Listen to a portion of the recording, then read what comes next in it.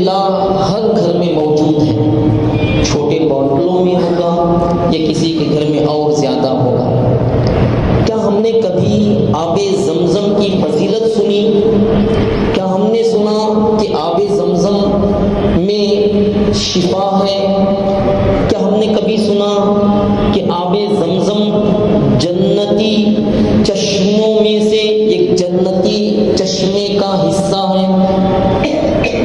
آب زمزم کے فضائل انشاءاللہ آج ہم آخر تک سنیں گے۔ رسول کہتے ہیں آب زمزم تو پیا خوب بجھائی پیاسے، آب زمزم تو پیا خوب بجھائی پیاسے، آؤ جود شہ کوثر کا بھی دریا دے۔ آج ہم تاریخ آب زمزم سننے کی سعادت حاصل کریں گے۔ قرآن مقدس میں اللہ رب العزت پارہ نمبر 13 سورہ ابراہیم آیت نمبر 37 میں ارشاد فرمایا، بسم اللہ الرحمن الرحیم، ربنا انی اسکنت من ذریتی واد غیر ذی زرع عند بیتک المحرم ربنا ليقيموا الصلاة فاجعل أفئدة من الناس تهوي إليهم وارزقهم من الثمرات لعلهم يشكرون۔ حضرت ابراہیم علیہ السلام نے اللہ کی بارگاہ میں کہا، ربنا اے میرے رب، ربنا اے ہمارے رب، اے میرے رب، ربنا انی اسکنت، اے پروردگار عالم میں نے اپنی اولاد کو، من ذریتی میری اولاد سے مراد حضرت اسماعیل علیہ السلام ہے، اے میرے رب میں نے اپنی اولاد کو بواد غیر ذی زرع ایسے مقام پر چھوڑے جا رہا ہوں جس مقام پر کھیتی نہیں ہوتی، سبزے نہیں ہوتے، بزرع عند بیتک المحرم جو تیرے حرمت والے گھر کے پاس ہے۔ ابراہیم علیہ السلام حضرت حاجرہ اور اپنے فرزند حضرت اسماعیل علیہ السلام کو جب اس وادی میں چھوڑتے ہیں تو اللہ کی بارگاہ میں کہتے ہیں، ربنا انی اسکنت من ذریتی بواد غیر ذی زرع عند بیتک المحرم، پروردگار اے میرے رب میں اپنی اولاد کو اس مقام پر چھوڑے جا رہا ہوں جس مقام پر کھیتی نہیں ہوتی، سبزے نہیں اگتے، عند بیتک المحرم تیرے حرمت والے گھر کے پاس میں چھوڑ کر جا رہا ہوں۔ ربنا لیقیموا الصلاۃ، کیوں؟ تفسیر خزائن الاقوام دیکھیں اور جتنی بھی تفاسیر ہیں، تفسیر حسنات ہیں، تفسیر ابن عباس ہے، تفسیر نعیمی، بہت ساری تفاسیر موجود ہیں، آپ تفاسیر کو دیکھیں تو یہی ملے گا۔ بتایا گیا یہ واقعہ کب پیش آیا، حضرت حاجرہ اور اپنے فرزند کو چھوڑنے کا، تو بتایا گیا یہ واقعہ بعد میں پیش آیا۔ اس سے پہلے جب نارے نمرود پر گزرنا پڑا، ابراہیم علیہ السلام کو آگ میں ڈالا جا رہا تھا، اس وقت حضرت ابراہیم علیہ السلام نے کوئی دعا نہیں کی، اللہ کی بارگاہ میں دعا نہیں کی۔ تفسیر میں بتایا گیا وہاں پر آگ میں ڈالا گیا، اللہ کا حکم ہوا، قلنا یا نار کونی بردا وسلاما علی ابراہیم، اے آگ حضرت ابراہیم علیہ السلام کے حق میں ٹھنڈی اور سلامتی والی ہو جا، سلامتی والی ہو گئی۔ نقطہ یوں بیان کر دے، وہاں پر ابراہیم علیہ السلام نے دعا نہیں کی، لیکن یہاں پر حضرت حاجرہ کو چھوڑ کر، اپنے اسماعیل ننھے سے بچے کو چھوڑ کر آگے نکلتے ہیں تو اس کے بعد اللہ کی بارگاہ میں دعا کرتے ہیں، ربنا انی اسکنت من ذریتی بواد غیر ذی زرع عند بیتک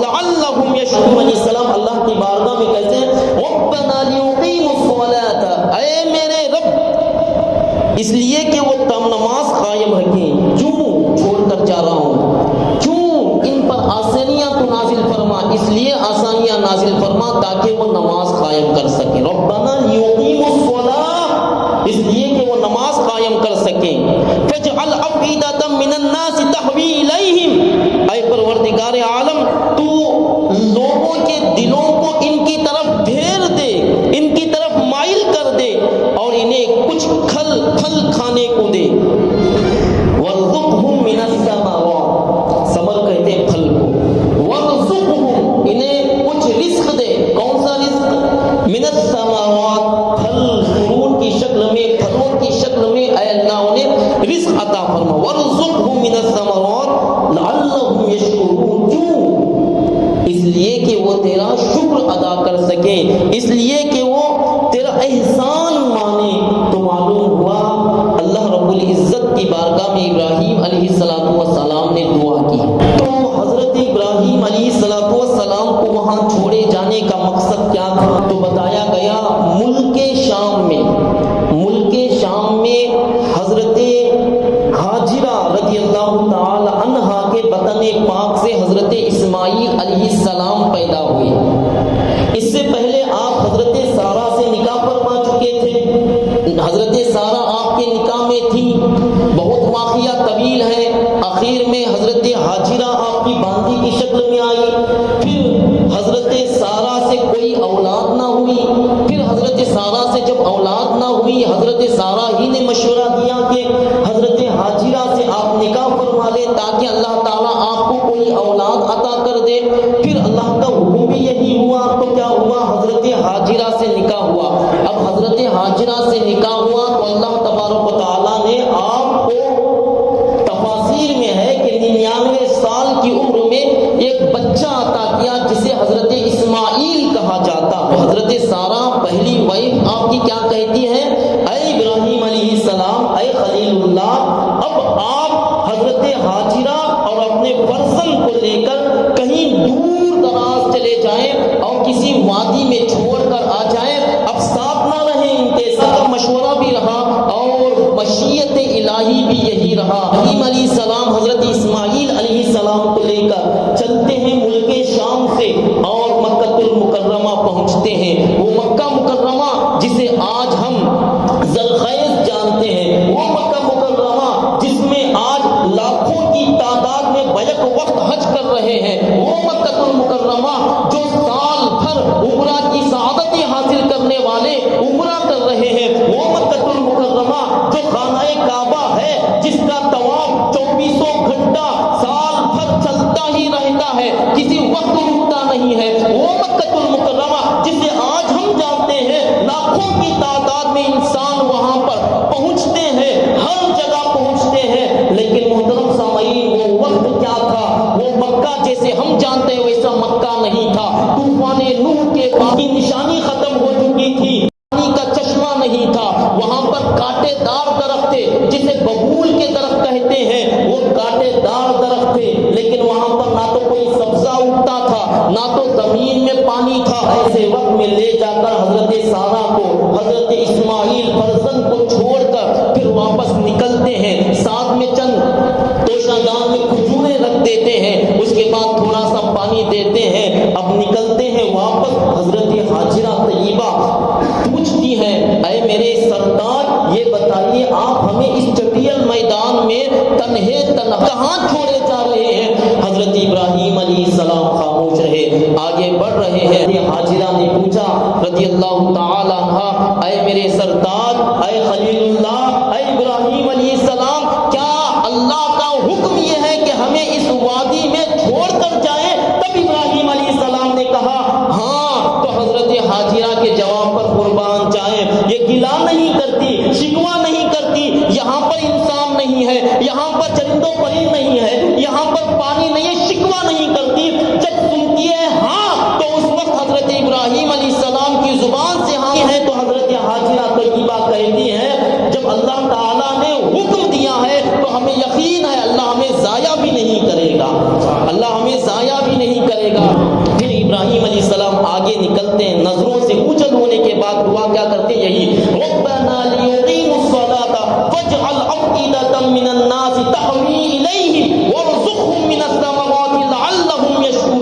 لیکن وہاں پر سبزہ نہیں تھا، نہ تو آبادی تھی، یہ آبادی کیسے بنی؟ تو ہم واقعہ سنتے ہیں، واقعہ سنانا مقصود نہیں ہے، آب زمزم بتانا موجود مقصود ہے کہ آب زمزم کیسے نکلا ہے۔ ہم جانتے ہیں کتنے دن تک وہ توشہ دان کام آ سکتا ہے، کتنے دن تک وہ پانی کام آ سکتا ہے۔ توشہ ختم ہو گیا، پانی ختم ہو گیا۔ اب حضرت حاجرہ رضی اللہ تعالی عنہا کے سینے میں جو دودھ تھا وہ بھی خشک ہو، قریب کی دو پہاڑیوں پر چلتی ہے، کبھی پہاڑی صفا پر چڑھتی ہے، کبھی مروہ پر چڑھتی ہے، کبھی تیز دوڑتی ہے، کہیں اوپر چلی جاؤ تو اوپر سے کوئی وادی نظر آ جائے، کوئی بس نظر آ جائے، کوئی انسان وہاں پر نظر آ جائے یا چرندوں پرند نظر آ جائے، تاکہ پانی ہے اس کا پتہ چل سکے، معلوم ہو سکے کہ یہاں پر پانی موجود ہے۔ 7 مرتبہ اسی طرح سے چکر لگاتی ہیں۔ محترم سامعین، اللہ کی بھی قدرت دیکھیں، آج تک حضرت حاجرہ کی یہ سنت کو اللہ نے اپنی نیک بندی کی سنت کو زندہ رکھا ہے۔ کیسے؟ حاجی جو بھی جاتے ہیں صفا مروہ کی سعی کرتے ہیں۔ صفا مروہ کی سعی کرنا حضرت حاجرہ کی سنت تھی۔ اللہ کو ان کی ادا اتنی پسند آئی کہ قیامت تک کے لیے حاجیوں کے لیے ضروری قرار دے دیا گیا کہ جب بھی تم حج کے لیے جاؤ یا عمرہ کے لیے جاؤ تو صفا مروہ کی سعی کرو، اس لیے کہ میری مہربندی حضرت حاجرہ نے اس عمل کو کیا ہے۔ یاد میں آتا ہے کہ حضرت جبرائیل علیہ السلام کے پر مارنے سے، ایک روایت میں آتا ہے حضرت اسماعیل علیہ السلام کی ایڑی لگڑنے سے وہاں پر پانی کا چشمہ نکل پڑا، وہاں پر پانی کا چشمہ نکل پڑا۔ حاجرہ طیبہ رضی اللہ تعالی عنہا جیسے ہی پانی کے قریب آتی ہیں، دیکھ کر تعجب کرتی ہیں کہ پانی کا چشمہ نمودار ہو گیا ہے۔ اب پانی کا چشمہ ایسی جگہ پر جہاں پر ببول کے درخت کانٹے دار ہو، جہاں پر پانی کا نام و نشان نہ ہو، جہاں پر نہ تو بور کھودا گیا ہو، نہ کسی اور آلے کے ذریعے سے پانی نکالا گیا ہو۔ حضرت اسماعیل وہاں پر موجود ہے، ان کے قدموں کے پاس سے پانی کا چشمہ نکل رہا ہے، پانی کا چشمہ پھوٹ نکلا ہے۔ وقت میں حضرت حاجرہ نے کیا کیا؟ اپنی زبان، جو کتابوں میں لکھا ہوا ہے کہ سریانی زبان تھی، اپنی زبان میں کہتی ہیں زم زم زم زم، اس کا مطلب ہوتا ہے تھم جا تھم جا، اس کا مطلب ہوتا ہے رک جا رک جا۔ حضرت حاجرہ طیبہ اپنی زبان میں کہتی ہیں زم زم زم زم، رک جا رک جا، اور اس کے بعد اس کے کونے میں حوض بناتی رہی۔ حضرت حاجرہ کی زبان سے اس وقت نکلا تھا اس پانی کے تعلق سے زم زم، سریانی زبان کہتی تھی رک جا۔ اللہ کو یہ ادا بھی پسند آئی کہ آب زمزم کے نام سے دنیا آج بھی نام یاد کرتی ہے، اور صبح قیامت تک آب زمزم کے نام سے ہی اس پانی کو یاد کرے گی۔ صحیح بخاری میں ایک روایت ایسے بھی ملتی ہے کہ پانی بہنے لگا تو حضرت اسماعیل علیہ السلام کی والدہ گھبرا گئی، تو آپ نے اس کے گرد حوض بنانا شروع کر دیا، اور اپنے ہاتھ میں سے اس طرح کہتی جاتی تھی کہ رک جا رک جا۔ حضرت علی بن طالب کہتے ہیں آپ نے پانی کو روکنا شروع کیا۔ حضرت علی بن طالب کہتے ہیں کہ حضرت حاجرہ پانی کو روکنا شروع کرتی ہیں، تو اس کے بعد کیا ہوتا؟ حضرت جبرائیل علیہ السلام نے کہا آپ اسے ایسے ہی چھوڑ دیجئے، یہ بہت زیادہ سیراب کرے گا، آپ اسے ایسے ہی چھوڑ دیجئے۔ جبرائیل امین نے کہا اس پانی کو آپ ایسے ہی چھوڑ دیجئے، اس لیے کہ وہ بہت زیادہ سیراب کرے۔ فتح الباری ہے، فتح الباری میں بتایا گیا چشمہ نکلا تو حضرت حاجرہ نے اپنے ہاتھوں سے مشکیزے میں اس کو پانی ڈالنا شروع کرتی ہیں۔ جیسے جیسے وہ اپنے ہاتھوں سے پانی ڈالنا شروع کرتی ہے ویسے ویسے وہ چشمہ جوش مارنے لگتا ہے، پانی اور زیادہ نکلنا شروع ہوتا ہے۔ سامعین، یقیناً یہ پانی ایسا پانی ہے جسے دنیا آب زمزم کے نام سے یاد کرتی ہے، اور دنیا کے تمام پانیوں کو اکٹھا کیا جائے اور آب زمزم ایک طرف رکھا جائے تو ہم سب کہیں گے آب زمزم کی فضیلت دنیا کے پانیوں سے افضل و اعلیٰ ہے، افضل و اعلیٰ ہے۔ اب آئیے ابن عباس کی روایت سنتے ہیں۔ رسول اللہ صلی اللہ علیہ وسلم نے ارشاد فرمایا، اللہ تعالیٰ حضرت اسماعیل علیہ السلام کی والدہ پر رحم فرمائے، اگر وہ زمزم کو چھوڑ دیتی، اگر وہ زمزم کو چھوڑ دیتی، یا فرمایا اگر وہ پانی چلو سے پانی کو نہ بھرتی، تو اللہ کے رسول ارشاد فرماتے ہیں تو وہ زمزم جاری چشمہ بن جاتا تھا۔ اب عقیدے کی بات سنیں، ہمارا ایمان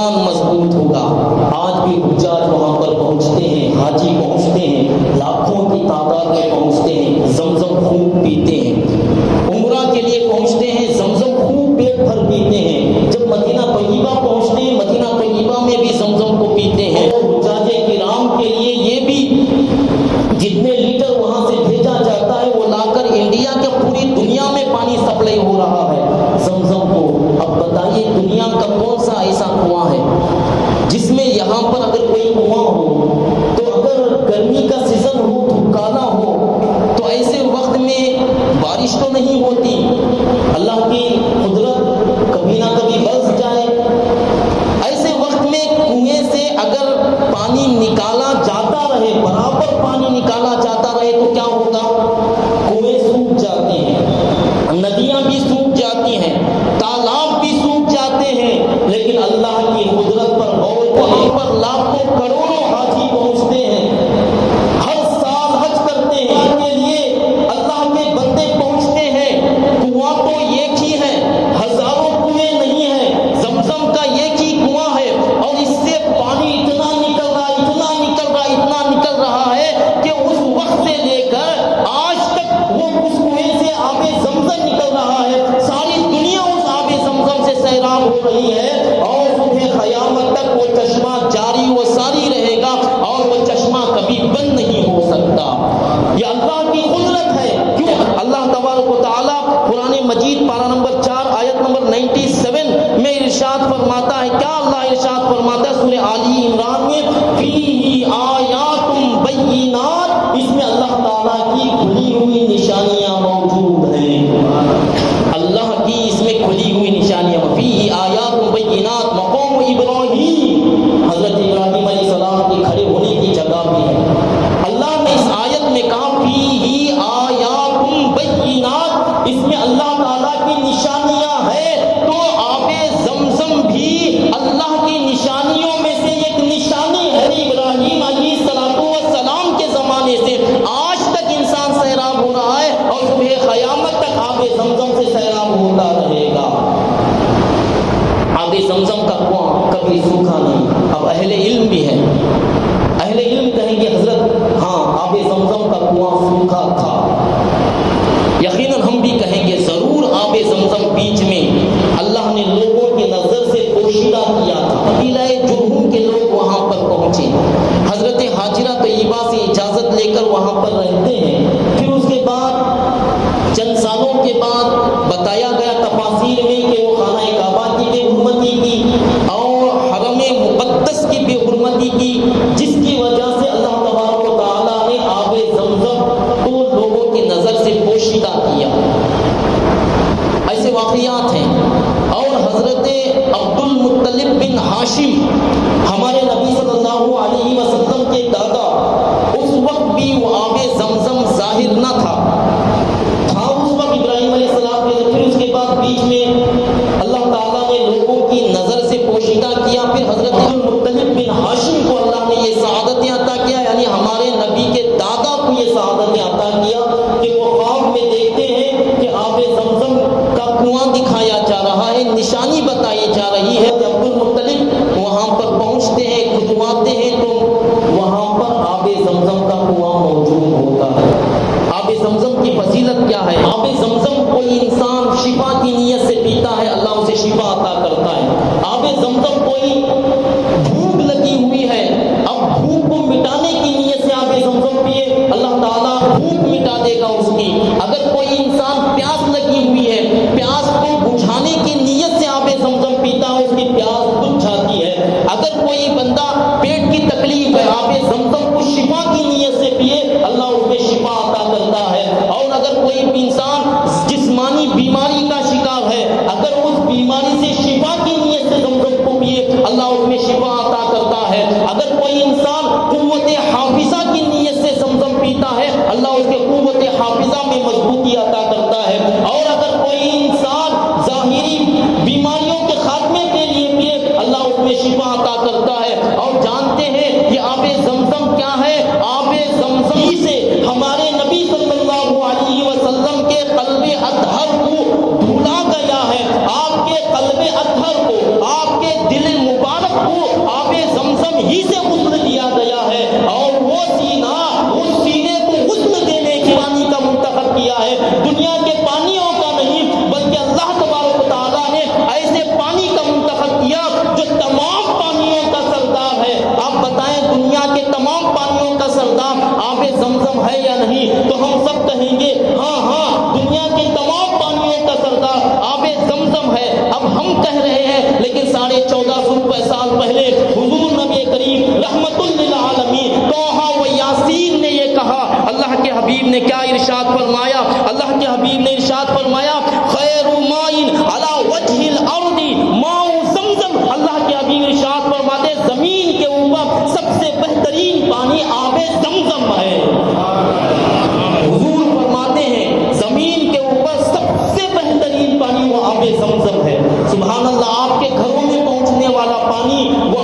زمزم دنیا کے تمام پانیوں کا سردار ہے اور دنیا کے تمام پانیوں سے افضل ہے، بہتر ہے، شرف والا ہے، عزت والا ہے، عظمت والا ہے، رفعت والا ہے، بلندی والا پانی ہے۔ سبحان اللہ۔ خیر مائن علی وجہ الارض ماء زمزم، یقیناً زمین کے تمام پانیوں سے بہتر آب زمزم ہے۔ اب ذرا اور آگے بڑھیں، حضور رحمت دو عالم صلی اللہ علیہ وسلم کیا ارشاد فرماتے ہیں؟ آقا کائنات صلی اللہ علیہ وسلم ارشاد فرماتے ہیں انہا مبارکہ، انہا طعام طعیم وشفاء سقم۔ اللہ کے حبیب ارشاد فرماتے ہیں بے شک آب زمزم برکتوں والا ہے، یقیناً کھانا کھانے والوں کے لیے وہ کھانا ہے اور بیمار کے لیے شفا ہے۔ حضور کی حدیث ہے انہا مبارکہ، انہا طعام طعیم وشفاء سقم۔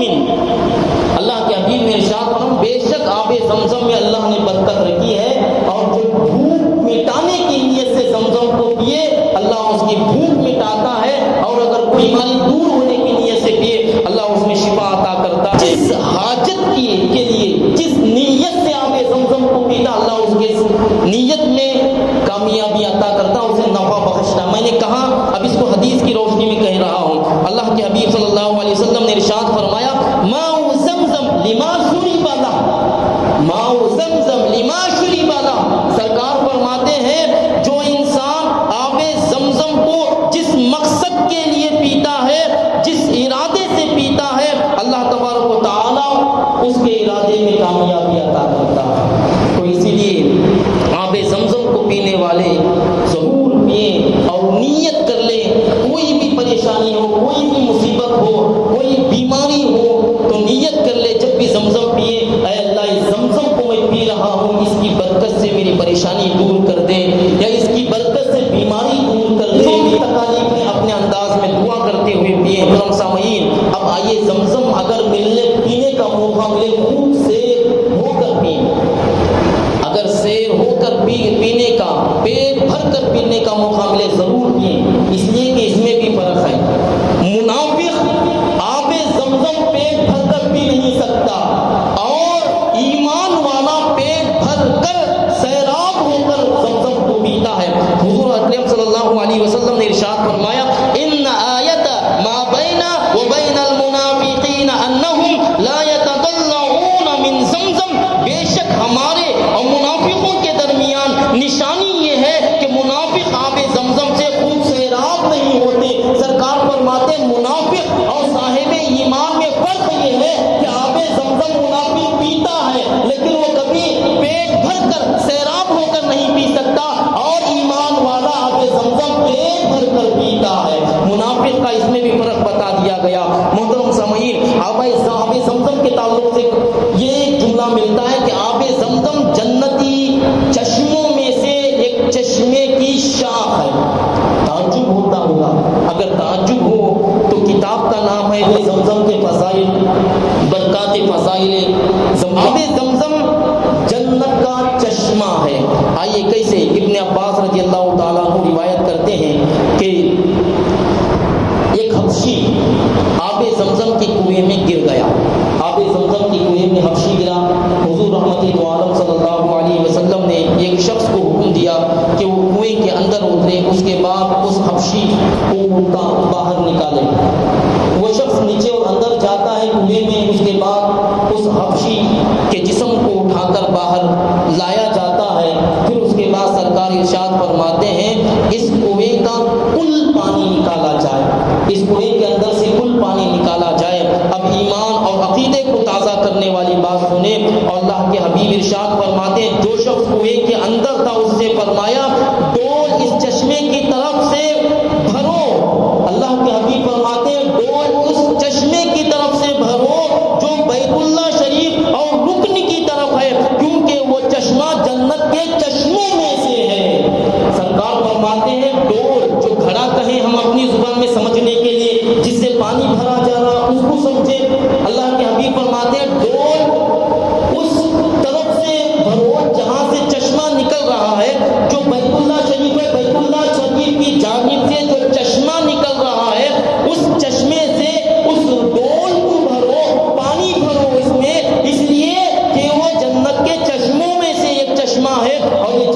پانی ہے.